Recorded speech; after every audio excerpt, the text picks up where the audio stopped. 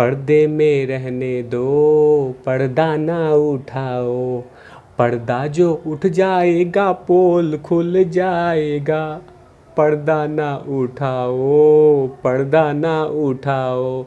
नमस्कार, आप देख रहे हैं तिवारी भैया, मैं हूँ वेद प्रकाश। पर्दा ना उठाओ, पर्दा अगर उठ जाएगा तो भेद खुल जाएगा। भेद तो उसी दिन खुल गए थे जब मुंबई पुलिस राज कुंद्रा को अपने थाने में बुलाई थी। यानी क्राइम ब्रांच ने जब राज कुंद्रा को अपने थाने में बुलाई थी, उसी दिन भेद खुल गया था। लेकिन लगातार पर्दे पे पर्दे, पर्दे पे पर्दे, पर्दे पे पर्दे लगे हुए हैं और सब पर्दे के पीछे एक ना एक राज दफन है, एक ना एक राज दबा हुआ है और वो लगातार तमाम पर्दों को मुंबई क्राइम ब्रांच फाड़ रही है और उसमें से राज निकल रहे हैं।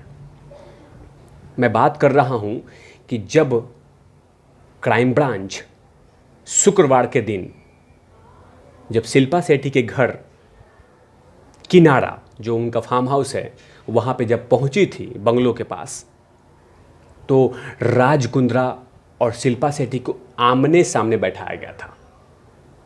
बाकायदा शिल्पा शेट्टी ने ज़बरदस्त एक्टिंग की थी, इमोशनल कार्ड खेल दिया था ताकि मुझे क्राइम ब्रांच वाले क्वेश्चंस नहीं दागे और मैं चुपके से बच जाऊं और राज कुंद्रा को लेकर चली जाए।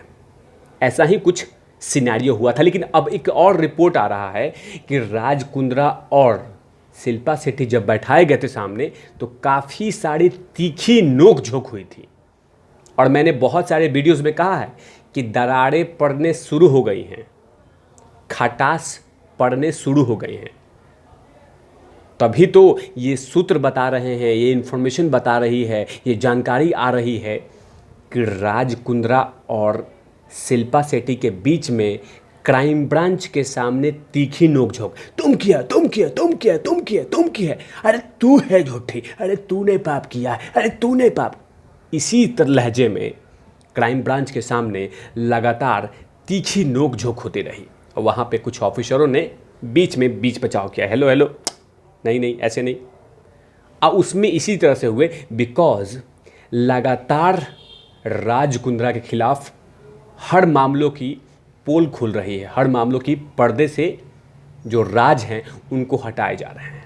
तभी तो लगातार शिल्पा शेट्टी इन तमाम चीज़ों से परेशान है और शिल्पा शेट्टी जान चुकी हैं कि ये चीज़ों में राज कुंद्रा अब नहीं बच सकते, क्योंकि अभी ऐसे बहुत सारे मामले हैं जो लगातार अभी केस खुलना बाकी है।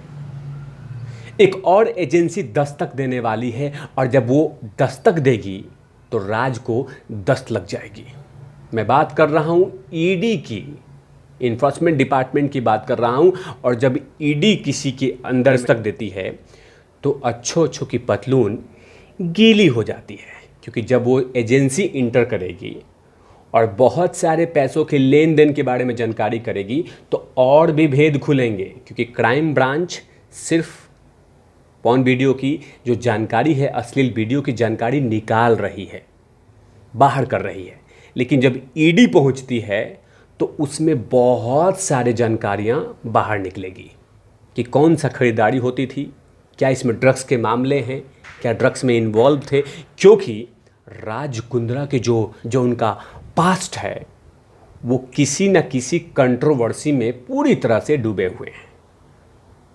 तो अगर ईडी दस्तक देती है तो जाहिर सी बात है कि राज को दस्त लगना तय है, क्योंकि ईडी को आपने देखा होगा और ईडी के बारे में सभी देशवासी जानते हैं कि जिनके ज़िंदगी में ईडी का एंट्री हो गई उसको बचना नामुमकिन है, क्योंकि ईडी एक एक पाई की हिसाब जोड़ती है, एक एक चीज़ों के हिसाब मांगती है।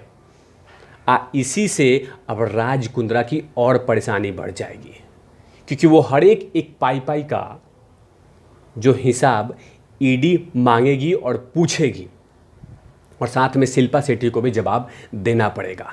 तो मुश्किलें कम नहीं हो रही हैं मिस्टर राज कुंद्रा की। इधर क्राइम ब्रांच लगातार घर में, कोने कोने में, ऑफिसेस में, तमाम जगह छापे मार रही है। अब वो हर छोटे छोटे पॉइंट्स निकाल रही है।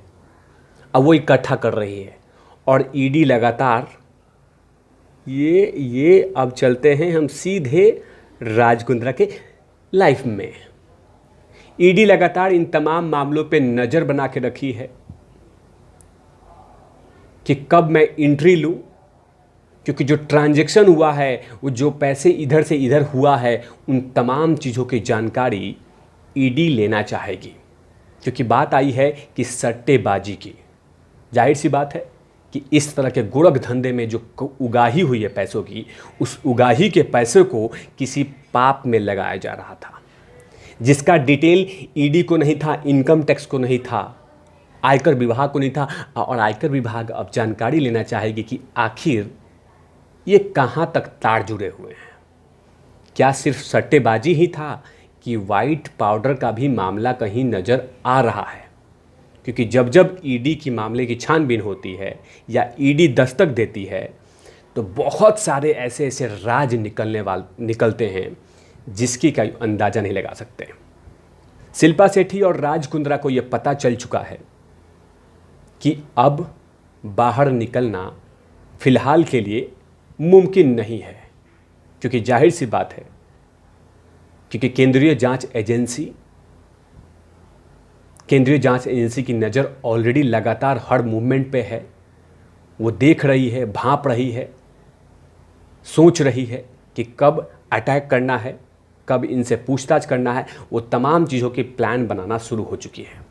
तभी तो ये जो मामले हो रहे हैं, झगड़े हो रहे हैं, घर में फाइटिंग हो रहे हैं, इसी का सबसे बड़ा कारण है।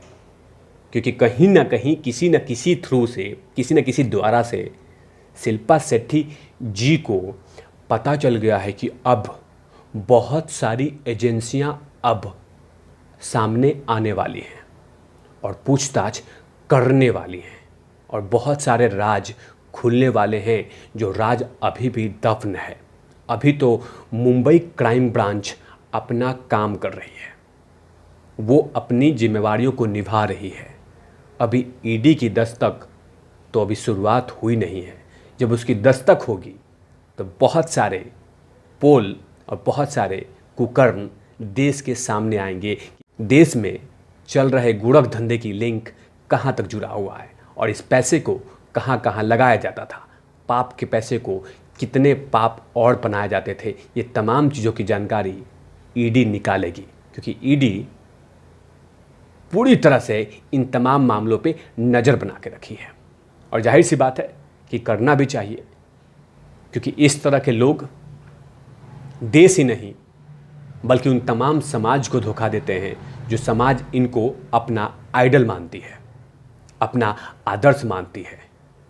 तब इंतज़ार करना होगा कि ईडी की एंट्री कब होगी। लेकिन जब जब होगी एंट्री, और जब होगी ईडी की एंट्री, तो जाहिर सी बात है बहुत सारे काले कारनामे सामने आएंगे देश के सामने, और इनके घिनौने चेहरे देश के सामने रखे जाएंगे। तब तक के लिए ऐसी तमाम खबरों के लिए आप देखते रहिए तिवारी भैया, और मैं हूं वेद प्रकाश, कैमरामैन ध्रुव लाठी के साथ ओपन